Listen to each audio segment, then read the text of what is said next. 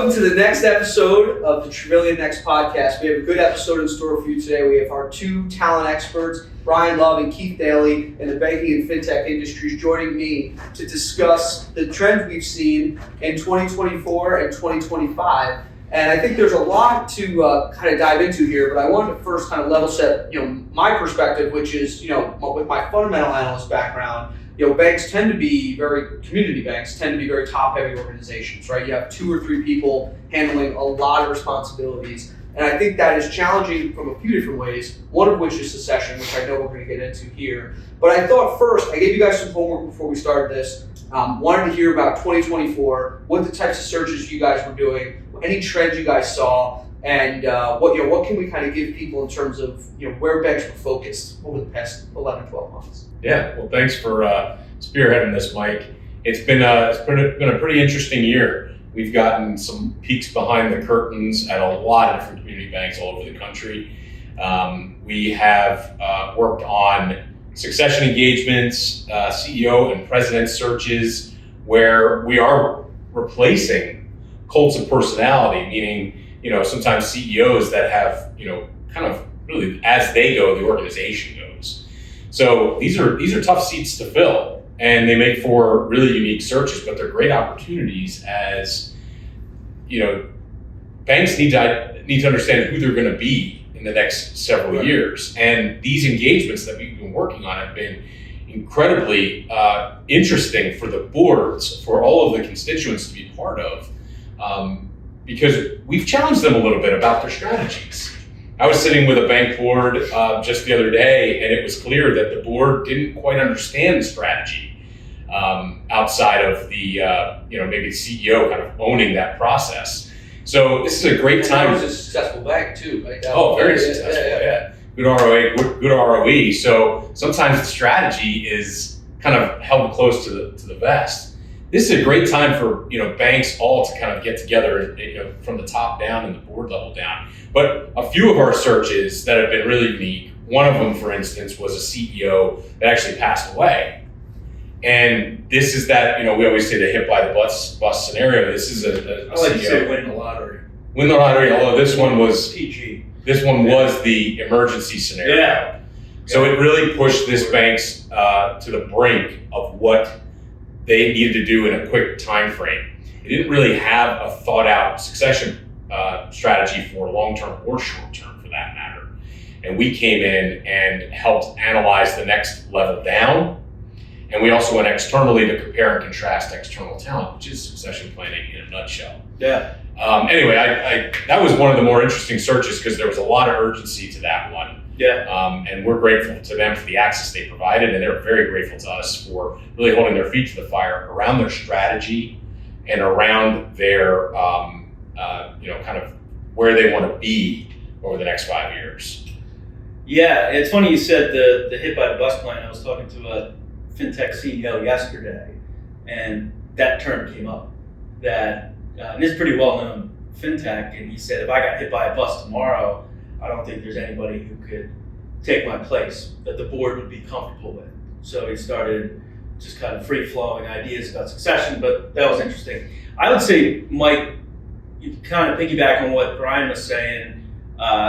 This has kind of been a year of transition. Banks are really digging deep into their thinking and strategy. The last 2 or 3 years has been very volatile. So, and I think, go back to COVID. We've had COVID, and then we have rates and the banks collapsing, Silicon Valley, liquidity issues. So banks really had to, figure out efficiencies, where we're going from a technology standpoint, deep strategies on who's our next leader. I think there's a lot of M&A that's going to happen, but also a lot of retirements that are going to happen over the next year or two that maybe were delayed because of COVID and the issues at the bank. The leader wanted to stay on until they got to hopefully calmer waters. But from a technology standpoint, I think this has been really a year of transition for several of our searches, looking for that new, innovative, strategic CTO/CIO. They know, they're looking at the metrics, they're looking at the numbers, they're looking at the market, and they're like, if we don't get a top talent in here, to lead our technology and digital divisions, it's going to be very hard to compete. So like you said, who are we going to be? Who have we been for the last 30 or 40 years? Because some of these banks have been around for 150 years, 110 years, had the same CEO in place. CEO's done a great job, but is that the right person to take you into 2025 to the end of the decade?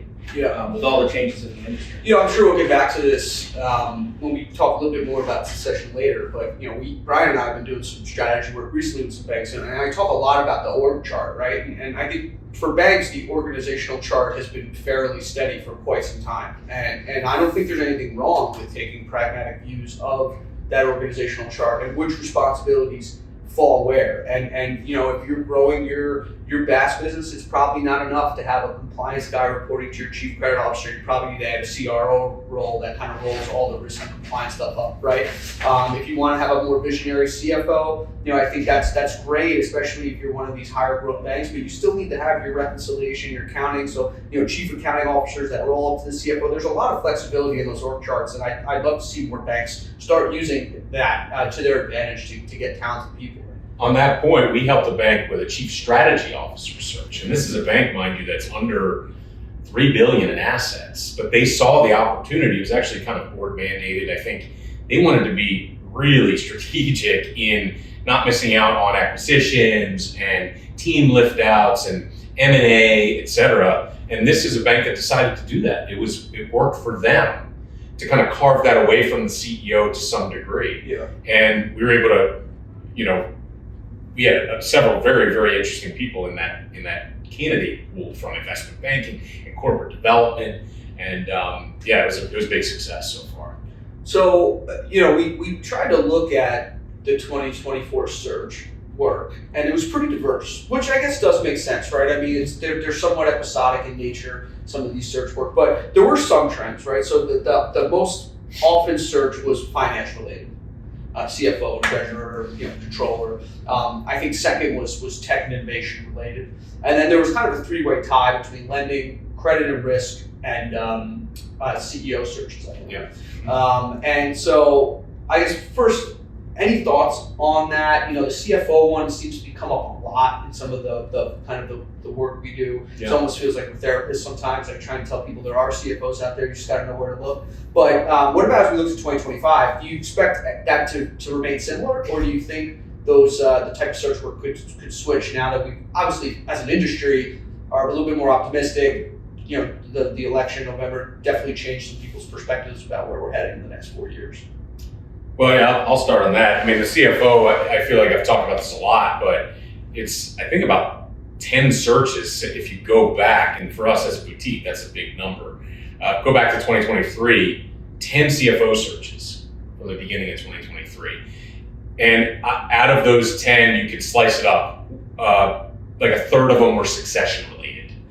Another third of them were, we don't have the right talent. We need a better CFO, a more well-rounded CFO. And then the other third, I do believe it was a kind of a gut check. Here's the moment we're in. We need someone who's a better balance sheet strategist, someone who maybe hails out of treasury or FP&A more so than accounting, like you were saying. Hire someone like that and have a chief accounting officer right beneath them, and you've got a fantastic, well-oiled finance division. So we saw that breakout. CFO this year, we're still doing a few right now. I do tend to believe that there may be a trend next year where those CEOs who hung on through this, crazy last, 3-4 years we've had, we thought maybe they would have retired already. I think they're going to want to stay for a little longer. There's a lot of optimism going into 2025. Yeah. Maybe they're able to sell the bank in a few years. Maybe that book value comes up, over the next few years. So maybe you'll see the CEO position split, so that we may be out there looking for a president to be more of the day-to-day leader of the bank. And the CEO is able to focus on more strategic initiatives. I know several banks under 10 billion, under 5 billion, that are successfully set up that way. I think we may see that trend. And also it keeps forward. the talent you think is going to be the next CEO on board as president. A few more years of, and we'll get to this later, but you keep pushing back that timeline on retirement, you're going to lose that top talent. That's a good Because there's recruiters out there that are calling them Right, I was going to every say, day. listen loud and clear to this, because these are the guys that are calling your we're second calling. commands that We're are calling sitting there talent for a long time. You know? Don't give away the secrets. But It's fair game, man. yeah. Unless you're a client, then you don't have to worry about us calling. But and I guess the other categories you mentioned, it was CFO, it was risk and innovation, and then it was leadership. Right, those are like the 3 or 4 biggest searches we've done in 2024. I honestly think, and I'd love to hear your take, Keith, that the tech, there's a lot of optimism on tech. Yes. That's definitely shrunk in recent years. yes. Innovation, which risk and compliance kind of goes hand in hand with that to some degree, I think that's going to be on fire in 2025 and beyond. Yeah, it's been on fire on both sides of the fence. The fintech side, looking for top talent. And I think there's a ton of optimism on the fintech side. Just read an article, I sent it to you yesterday or the day before, about there's a lot of optimism that fintechs and non-banks are going to be purchasing smaller bank charters or money licenses. That's going to open up now with the new administration. So with that comes a need for risk and compliance talent, technology talent. But I also think going forward, banks are realizing, especially with the adoption of new technologies and lack of consistent growth, you have to find efficiencies too, and that's going to come with partnering with fintechs, rank tech, risk and compliance type technology, especially in this digital age, cybersecurity, whatever it may be, looking at those efficiencies. And I'm not even going to start on the artificial intelligence route, but I think we're seeing a lot more, and this is great, community banks with that designation, Chief Innovation Officer.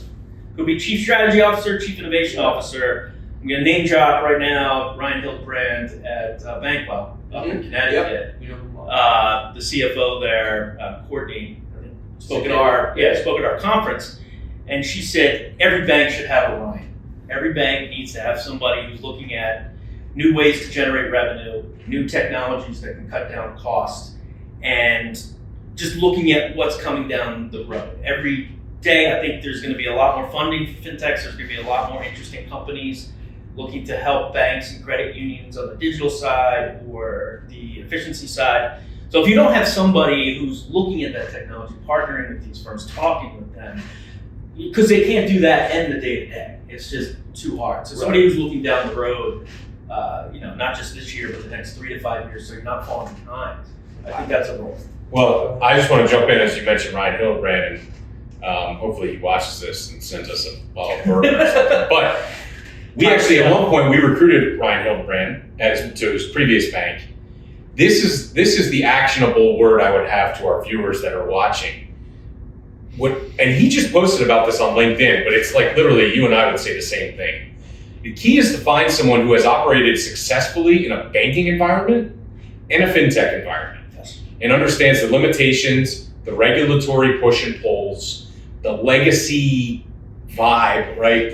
And some of the personalities that go with that, and how to really kind of blend it all together to make progress. And Ryan is just one of many that we know. I feel like the last 4 or 5 years, we've found this incredible stable of people like him that can exist at a bank and can push innovation forward without rocking the boat. Yep. And sometimes rocking the boat. And to take it a step further, though, I think the most important thing that person has too is an understanding of the fiduciary responsibility that a bank has, which fintechs just don't simply have. I mean, they tell you they have it, but they just, it's not the same. The stakes aren't the same. And I think anyone that's worked with both companies knows that. And that's a really underappreciated asset for someone. If you can understand fintech, technology, and banks and their fiduciary responsibility, I think that is a really interesting combination of skills. And a lot of banks would benefit from having people like that in their, not just in their bank, but at the table, helping to drive the bank forward and making those decisions. And also fintechs, if you look at really a lot of the great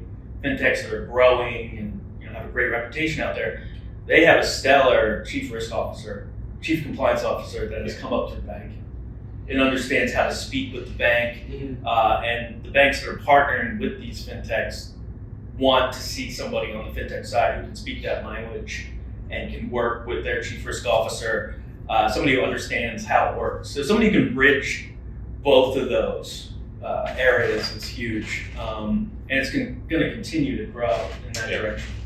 I wanted to circle back. When I opened up the podcast today, I said something about community banks tend to be a little top heavy, and I wanted to bring it back to succession. So a couple things. Number one is, as you guys work with banks trying to build out some type of plan for the future, how do you balance vision with doers? Because you can't have just a bunch of people sitting at a table talking about what needs to be done at a community bank. You need people that are willing to roll their sleeves up and make some of this stuff happen. So how do you balance those two things? And just more broadly speaking, with succession, what are some maybe tips or things you've seen that have been successful? Because, I think conceptually people understand it easily, right? It's like, if I'm not here tomorrow, who's going to do my job? But yet it's so hard for people to execute and have really a multi-year plan to attack that question. So I'd love to hear you guys' thoughts on that. Well, you know that great Mike Tyson line, everybody has a plan until they get punched in the mouth. So you have to do kind of the long-term succession plan, but you have to look at the attributes. I think we spoke about this. Yeah. Where is the bank going? That Wayne Gretzky quote, I skate to where the puck is going. Is that person that you thought was going to be the CEO 5 years ago still going to be the best CEO choice for the bank going forward? I think we're going to see a lot more CEOs come up through the chief digital officer, chief technology officer route as banking goes even more online and digital. And I think Adam Asper said this in the 2030s, most of the CEOs are going to be technologists for banks. They've come up through technology or no technology. And that's versus, historically, more commercial lenders and chief credit people tended to kind of rise to that seat. And if you think about it, that makes sense, right? It's usually the people that were bringing money in, they rise up to doing well. And so you had a lot of former commercial lenders that would rise up to CEO. So that's interesting. And when you're thinking about, I always like to think about, it's the revenue generation from the digital side, but it's also the efficiencies and the cost efficiencies. Everything, data analytics, marketing, flows through technology now. So, and that's why it's important to get these people in now too, because there's a lot they can learn from these CEOs now still, like about banking. Yes. Like, there's still a lot of parts of it that are unchanged. People, interactions, like knowing who to lend to. Customer service. So like if you get these people in now, you really groom them, it's going to be very valuable in your succession. So. Yeah, just from a candidate perspective, if you're out there and you're kind of like, in the second or third rungs of the bank, I mean, it's such simple advice, but, I hear it time and time again. People just raise their hands and get, they say, I want to be involved in this. Mm-hmm. Get involved, like you were saying. Ask if you can sit in on a meeting. Ask if you can, kind of stretch yourself into another division for a month or so. A lot of these people just stopped at nothing to get other parts of the bank introduced to themselves and vice versa. Yeah. So, and that's what's great about working for a community bank. You can walk into the chief financial officer's office. You can go into the CEO or see him at the water cooler and say, hey, can we get lunch sometime? Yeah. You're not going to get that. You're not going to bump into Jamie Dimon and say, hey, can we get lunch sometime? So that's a big advantage. We're huge fans of community banks, but from a younger, up-and-coming talent, raise your hand. Yeah, a lot of these places have 30 employees, 100 employees. You see the CEO every day. But there is one CEO we talked to this past year, and his story of his succession planning is just mind-blowing. We had him on Travillian Next. Actually surprised John Maxfield with him. But I know you're a huge fan of the story. I'll let you tell it. Now, we got to know him very well because... Who was it? It was Jim Reuter from First Bank. He's now at First Interstate. But I reached out, we talked to him right after he retired, and he said, look, I got another one in me, and I'm not fully retired. They wanted me to stay, but he had a plan with the person he chose to be his successor for years, right? 3 or 4 years. And he stuck to that plan. He said, I'm not going to deviate from this plan. This person has been waiting. They are ready. They threw money at him. To stay. Reuter, and he said, no.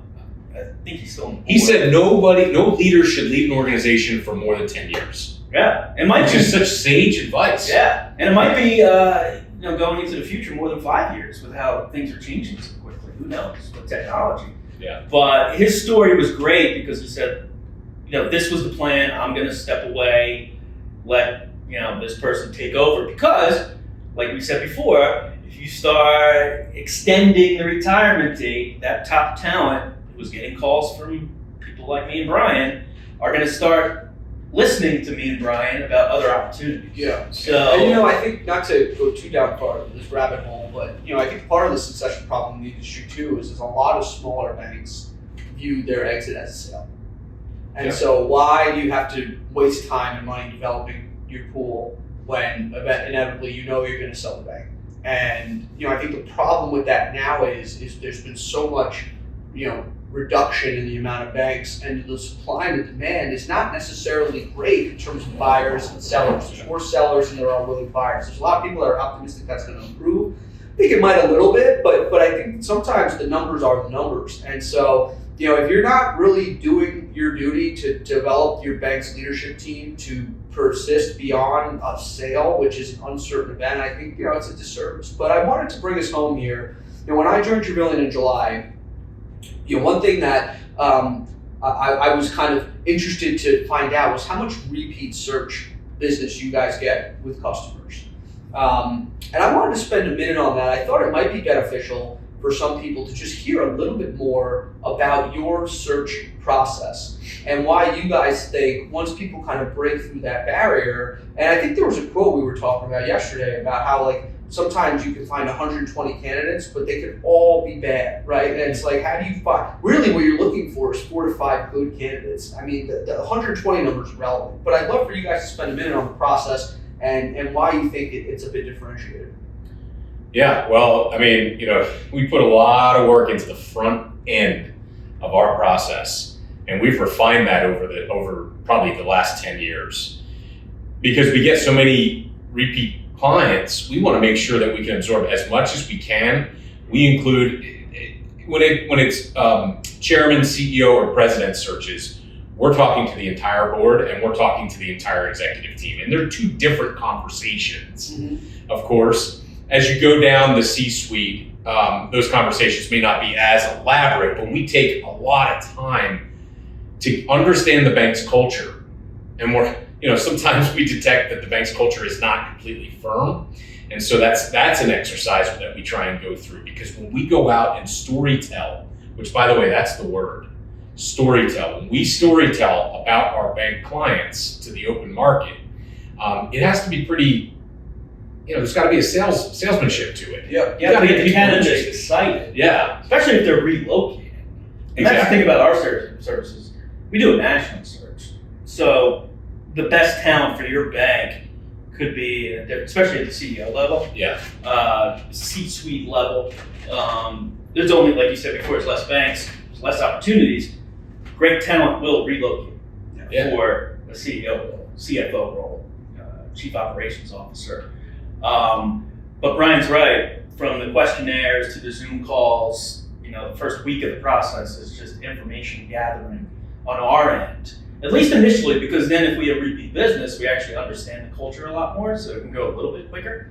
But it could be a different role. So you want to understand from the CEO's perspective or the board's perspective, what's the strategy of the bank? So we're almost we're a part of the team. I want to know what the strategy is. We do a ton of research on S&P, because Brian's right. When we're on a call, we want to get these candidates excited. Banks looking to grow, they're looking to acquire, they're going through a core conversion. You're going to oversee the whole technology division. They have a younger CEO who's not looking to sell and will be there for a long stretch.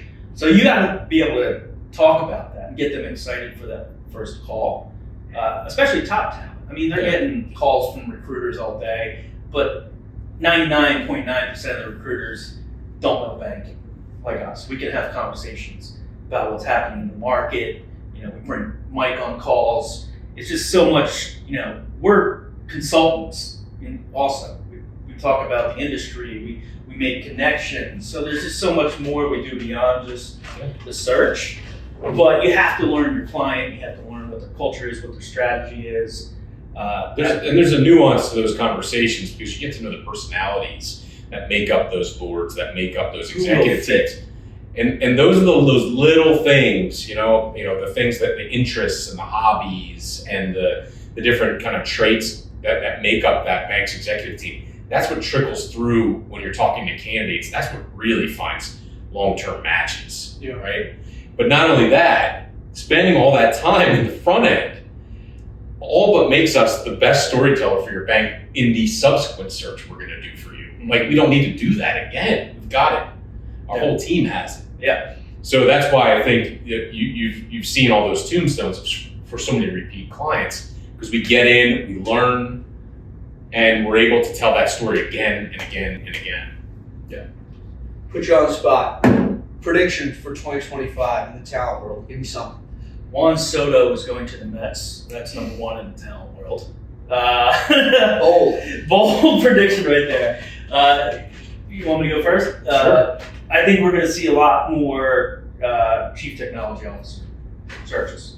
I think you're at that make or break point with the core system you have, where I think a lot of smaller banks are thinking about core conversion or new technologies, and they need to bring in an A player. Not just a person who can keep everything running, but a strategic voice at the table. Talking to the board, I would assume board members are pushing back. Are we looking into artificial intelligence? Are we doing anything here? I couldn't agree more, and I think it's more simply just like my understanding of banks. The chief information officer role is kind of like a vendor manager role. Like everything is to serve. You were trying to manage that relationship, keep the lights on. Now you're starting to try and plug in all this different stuff. Think about things more pragmatically, and most of these banks just don't have the internal. How does this work with that? Are we to not just make those decisions, but then plug it in to a strategy, right? Like, why are we doing this? Like the Ryan Hill, the chief innovation officer type deal. Yeah, and work with the chief lending officer on how this technology can help them on their end. The chief marketing officer. I think I did a head of marketing role this year for a fintech and had a content and marketing, and I just followed up with them last week, and it is blowing up. They're putting out a ton of marketing. They're getting just great feedback. They're getting pipelines for clients. That's huge also. I mean, we're doing content. We're doing content right now. I mean, that's a great way to storytell your bank, and you don't have to spend a ton of money, but you need to have somebody who's running that, looking at the analytics. Data analytics too, I think, is another huge area of growth. What do you think, Brian? Well, I already prognosticated Bitcoin hitting 100,000 earlier this year. If you really did, you wouldn't be sitting here. I did. It was in Bank Beat magazine. It was there. Yeah. Anyway, my thought is this. It's a shrinking landscape. You're going to see M&A pick up. Now, what does that mean? Maybe that means less CEO searches, less president searches, less top of the house searches. There's going to be a lot of talent on the street. I think that's going to be very good for some of the community banks to pick up a lot of great talent. And I'm a huge believer. We have the other side of our firm deals with investment banking and capital markets. We've got great relationships with private equity, VC, et cetera. There are going to be amazing top of the house opportunities for the bank candidates we know to run organizations that are acquired by non-banks. Yep. Those are the searches we've done intermittently over the last five or so years. There's going to be a ton of those situations where a fintech or a non-bank or an investor group is going to buy a bank, and that they're going to require top of the house talent. Yeah. So I think that's going to create just a very interesting types of opportunities for people looking to get into the C-suite. Yeah. So I think that's going to pick up a lot in 2020. And I think on the fintech side, there's been a backlog of IPOs, M&A, and funding over the last 2 to 3 years. Yeah. So I think we're going to see that kind of unleashed, and we're going to see new companies come up. But I think what we can provide, especially on the fintech and reg tech and bank tech side, is they need to have risk and compliance. They need to have people who understand banking. They need to have project managers that understand banking. So to be able to, be on both sides of the fence, I think gives us a great advantage at Travillian. Yeah. Because we know the type of talent that will fit in with a fintech. It's completely different than somebody at a more traditional bank. Yeah. You're not going to be able to take them and put them into a fast-moving fintech. It just won't work. Yeah. So. Well, great. This has been fun, guys. Thank you for joining us. I think my parting message would be let's find a way to make community banking exciting and attract younger people. Like I think we're all fans. You know, we work with we're lucky to work with such great, innovative people. I think these community bankers sometimes don't get enough credit for navigating the challenges they have to navigate on a daily basis. But I'd love to get some younger people engaged, and hopefully we could all kind of pitch in to make that happen. But this has been a great conversation. Thanks Mike. everyone for joining us. Thanks, Mike. And thanks for tuning in to Travillian Next.